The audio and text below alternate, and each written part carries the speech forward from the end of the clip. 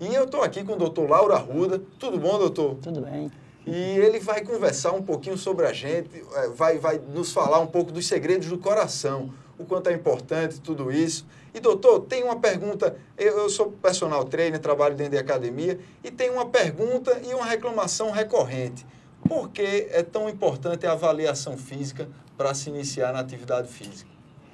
Bom, existem algumas doenças que elas são consideradas silenciosas, não dão muito sintomas. Então, numa avaliação que faz parte a história clínica e o exame físico, normalmente um eletrocardiograma, e isso a gente detecta algum grau de doença chamada silenciosa.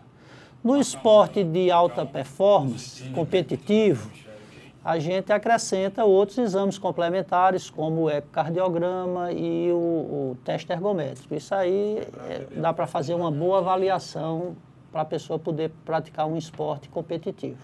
Certo. Eu queria saber também de você, o doutor Lauro Arruda cuida do meu pai. Doutor, vamos deixar aqui um recado. Meu pai é uma pessoa de 50 anos, foi um atleta a vida toda, e eu andei lendo alguns artigos ao longo da minha história na educação física, e já ouvi falar, não sei se é lenda ou se... mas já ouvi falar que para quem já foi atleta, quando você para e começa a ter uma vida sedentária, ainda é pior do que quem foi sedentário a vida toda. Faz sentido isso? Bom, o atleta que tem um gasto calórico grande, quando ele para e não mudou o estilo de alimentação, há uma tendência à obesidade. Infelizmente, os benefícios para a saúde da atividade física, a gente não pode armazená-los.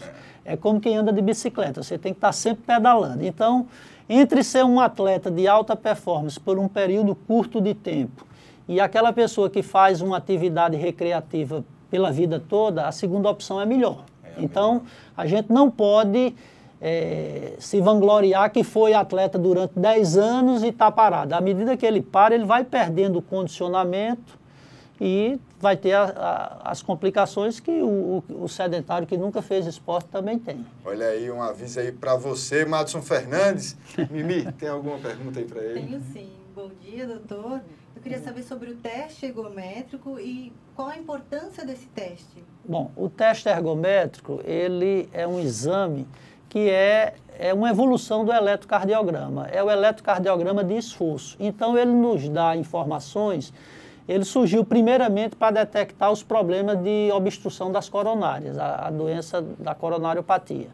Mas hoje em dia a gente utiliza muito para ver o comportamento da pressão arterial, para ver se a pessoa tem arritmias e para o professor de educação física ver a condição dele e programar uma prescrição de exercício de acordo com a capacidade física dele. Essa é a principal indicação do teste ergométrico.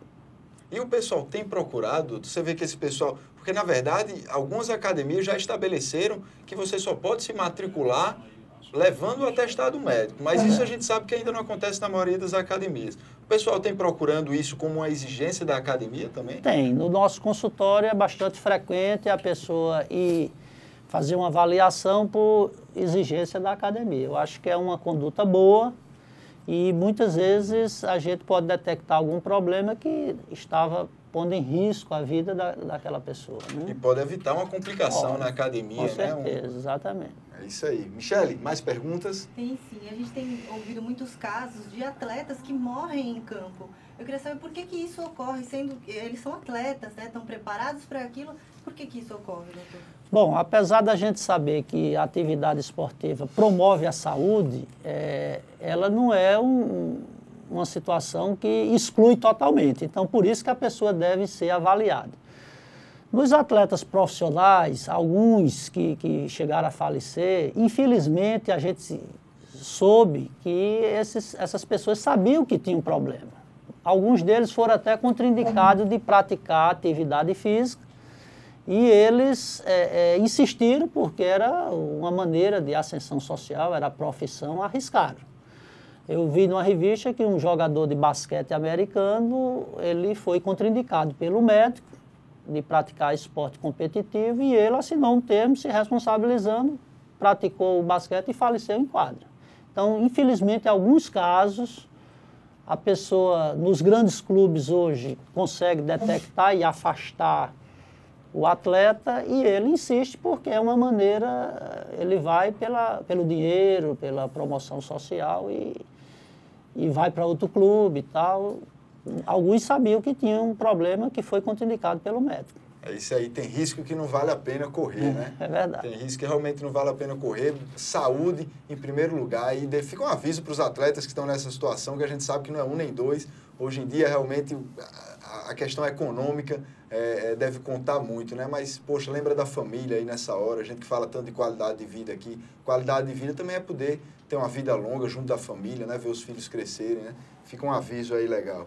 E, doutor, qual o tipo de problema que pode contraindicar a atividade física? Bom, no paciente jovem, o grande problema é uma doença chamada miocardiopatia hipertrófica.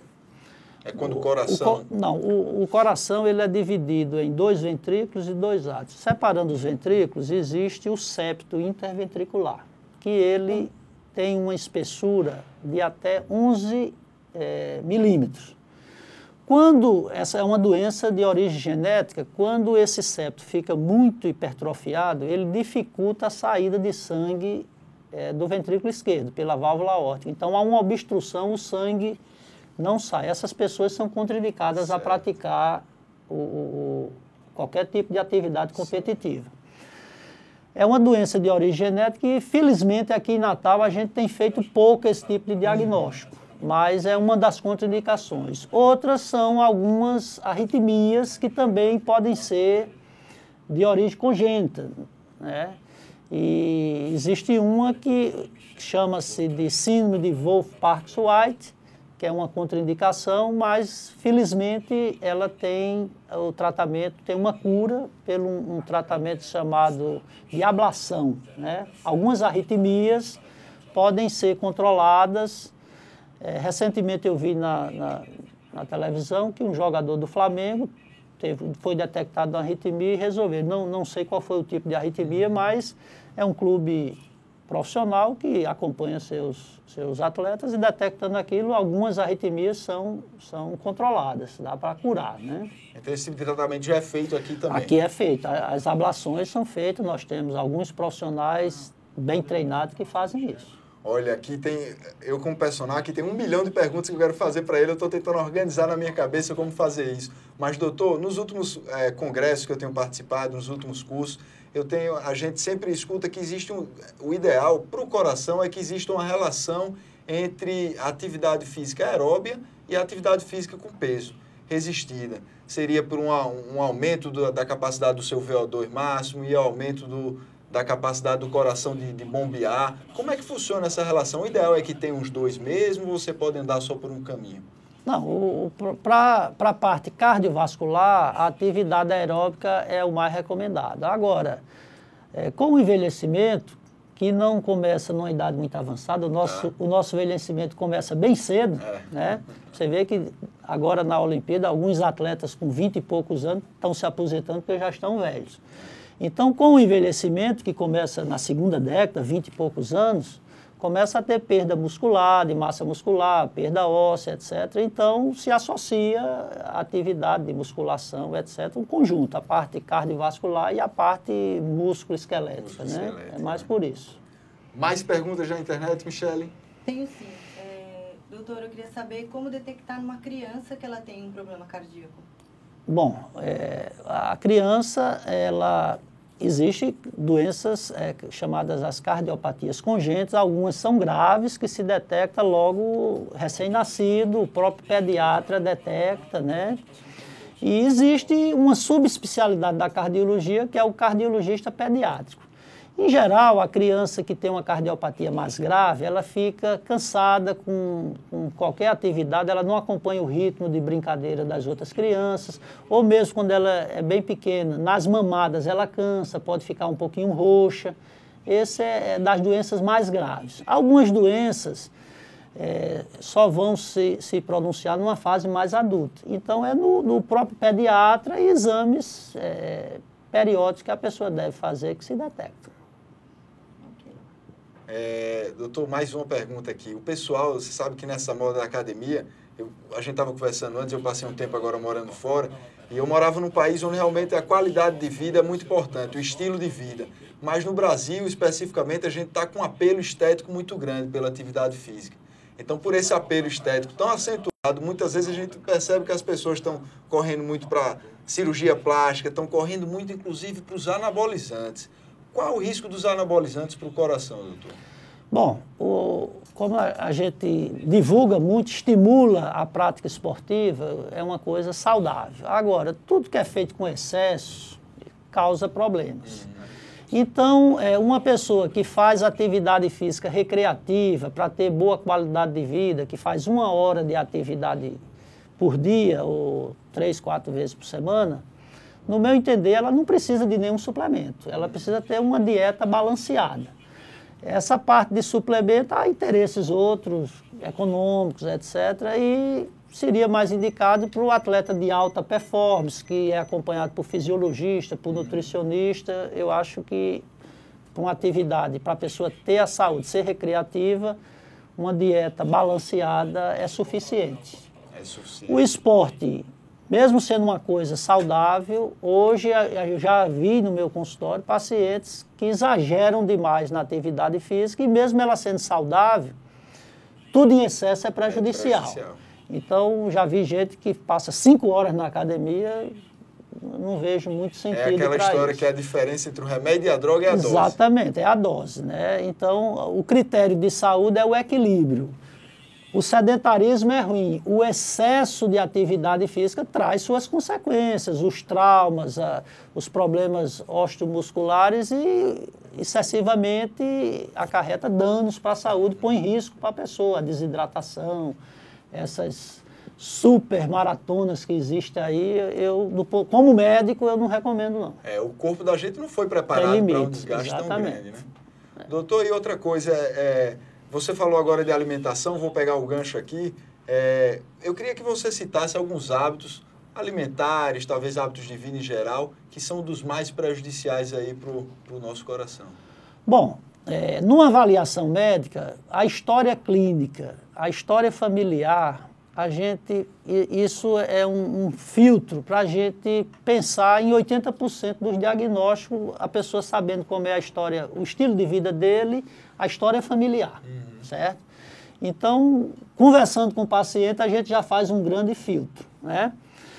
Se, numa avaliação laboratorial, ele tem as chamadas taxas normais, essa pessoa pode comer tudo, desde que seja equilibrada. É a chamada dieta balanceada.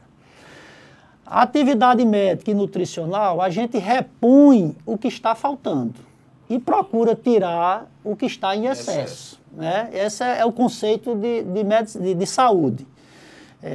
Então, se a pessoa faz uma avaliação, o colesterol dele está normal, a glicose está normal, os sais minerais estão normais, ele não precisa estar repondo nada. Basta uma dieta balanceada. O que é prejudicial realmente é quando a pessoa está acima do peso, ela tem diabetes, a diabetes no começo é uma doença silenciosa, o colesterol alto, com o passar do tempo, vai causar aterosclerose, obstrução das artérias, tanto do coração como do cérebro, etc. E a gente corrige isso com dieta, com atividade física e com medicamentos. Agora, é uma coisa individualizada, né? Para os meus pacientes, eu digo o seguinte, quando está tudo bem, eu digo, olha, você pode comer tudo que não esteja estragado, sem excesso, né? Existem os dois extremos, existe a obesidade mórbida e existe aquelas modelos que, coitadas, anorexia, que são os dois extremos. A gente tem que procurar o meio termo. Um equilíbrio. Esse é o pensamento da medicina de saúde, é o equilíbrio. Ok. Michele, mais perguntas. A internet não para, doutor. É muito comum os homens terem a apneia do sono, né? Aquele ronco alto. Tem alguma coisa a ver com problemas do coração ou não tem nada a ver? Bom, a apneia normalmente são pessoas obesas ou quando tem algum desvio do septo nasal, de orofaringe, etc. Hoje já existe uma subespecialidade médica, que o médico se especializa em apneia do sono, é uma especialidade que tem neurologista, tem pneumologista, etc. Na apneia, que é na hora que para de respirar, podem ocorrer arritmias. E a pessoa corre risco, inclusive, de falecer. A apneia do sono, ela tem tratamentos conservadores, que são máscaras, que a gente chama de BiPAP, um aparelho que a pessoa dorme com aquilo, que melhora a oxigenação. E existem casos que há indicação da cirurgia. E, na maioria das vezes, são pessoas obesas, porque a obesidade engrossa o pescoço e a orofaringe relaxada tem dificuldade de passar o ar, entendeu? É então, fácil de entender, realmente ele obstrui ali. Porque ele relaxa quando está dormindo, fica difícil do ar passar, ele faz aquela parada, na hora da parada tem um risco das arritmias. E as arritmias, algum tipo, pode levar à parada cardíaca. É isso aí. Tem mais alguma pergunta aí, Mimi? Sim. Esses estimulantes, né, os suplementos alimentares, antes da atividade física, eles têm alguma restrição? Eles influenciam para ter um problema cardíaco? Olha, quando existe, eu vejo que algum desses estimulantes existe cafeína, que é um grande estimulante. E a cafeína, ela pode causar arritmias. Ela cafeína, taurina, e eles são muito isso fortes. Aí realmente pode dar. Algumas pessoas são mais sensíveis do que outras, né? Mas pode dar arritmias, taquicardia, etc. É isso aí, gente. Então, acho que a dica mais importante para vocês aí de casa é procurarem seria um cardiologista para fazer uma avaliação ou um clínico geral pode fazer essa avaliação? Normalmente tem procurado o cardiologista, mas um clínico geral fazendo uma boa avaliação, um exame físico, se ele detectar alguma coisa, ele encaminha para o especialista. Né? Então fica a dica aí para vocês, sempre estarem procurando um médico, seja um clínico geral, um cardiologista, para tentarem ter um diagnóstico, saber como é que vocês estão, se estão aptos aí a praticar atividade física. Porque muitas vezes aquele atleta no final de semana pode ter um problema porque foi bater uma peladinha e não sabe que está com algum problema, né? Então fica realmente a dica aí. Eu queria agradecer demais aqui ao doutor Lauro Arruda. São terça-feira, agora meio-dia, ele tinha que estar almoçando uma hora dessa, então no hospital tem um hospital para tomar conta e ele está aqui batendo esse papo legal com a gente, mas acho importante que ele deixou mensagens aí para você aí de casa. Ele pode estar salvando vidas porque a nossa internet não para, tá cheio de gente aqui mandando perguntas para a gente vai tentar encaminhar alguma dessas perguntas para ele, se ele puder responder, a gente coloca no Facebook as respostas para vocês, tá, gente? Então é isso aí, esse foi mais um Movimento Saúde, obrigado, doutor. Obrigado. E Michele? Muito obrigada, doutor, e lembrando você aí de casa, não perca o nosso próximo programa, que está incrível, imagens maravilhosas, passeios maravilhosos, você não pode perder. É isso aí, galera. Mais uma vez, beijo no coração e até semana que vem.